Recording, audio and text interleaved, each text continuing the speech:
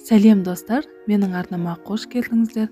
Бүгін жусай қосылған өте ерекше дайындалатын чебереки дайындайтын боламыз.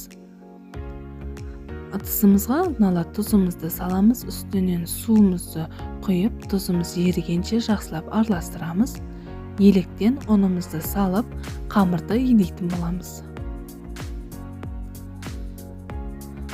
Керек мөлшерде қамырымызды барлығын салып, жұмсақ қамырды илеп, бетін жауып 20 минутқа қойып қоятын боламыз.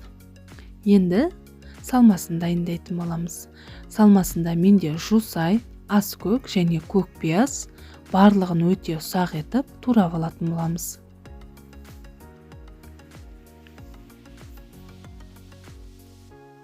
Барлығын турап болғаннан соң, үстінен тұзымызды, қара бұрышымызды және паприкамызды салып, оны да жақсылап араластырып дайындап аламыз. Енді 2 дана пиязымызды қуырып аламыз. Сарғайғанша қуырып, маймен қоса осылай жусайымыздың үстінен қосып, барлығын жақсылап араластырып дайындап қоямыз. Енді тынған қамырымызды алып, 2-ге бөліп, бірдей пішінде 12 данаға осылай бөліп шығатын боламыз. Осы қамырдан менде 12 дана шықты.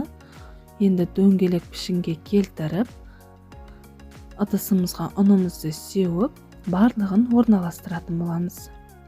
Бетін жауып, осылай шетінен қамырды өте жұқа етіп жайып шығамыз.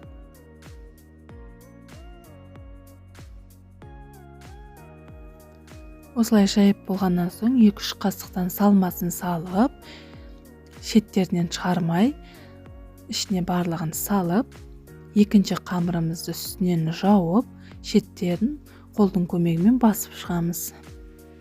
Енді доп-домалақ етіп осылай кесіп алатын боламыз пышақтың көмегімен.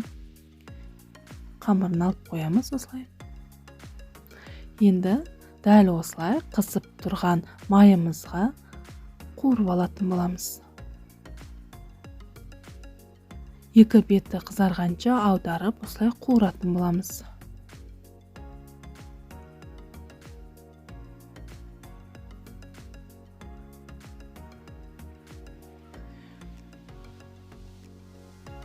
Осылай өте дәмді, өте қытырлақ болып шығады. Барлықтарыңызға дәл осылай дайындап көрулеріңізге кеңес беремін. Барлығын дәл осылай қуырып алатын боламыз.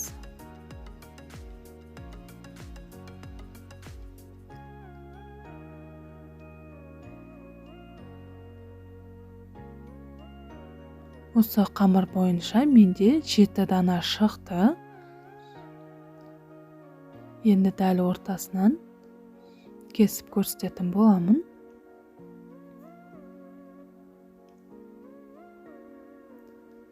Достар, сіздерге де дәл осылай дайындап көрулеріңізге кеңес беремін. Видеом ұнаса лайк басып, өз пікірлеріңізді қалдыруды ұмытпаңыздар. Дайындап көріңіз, ас болсын.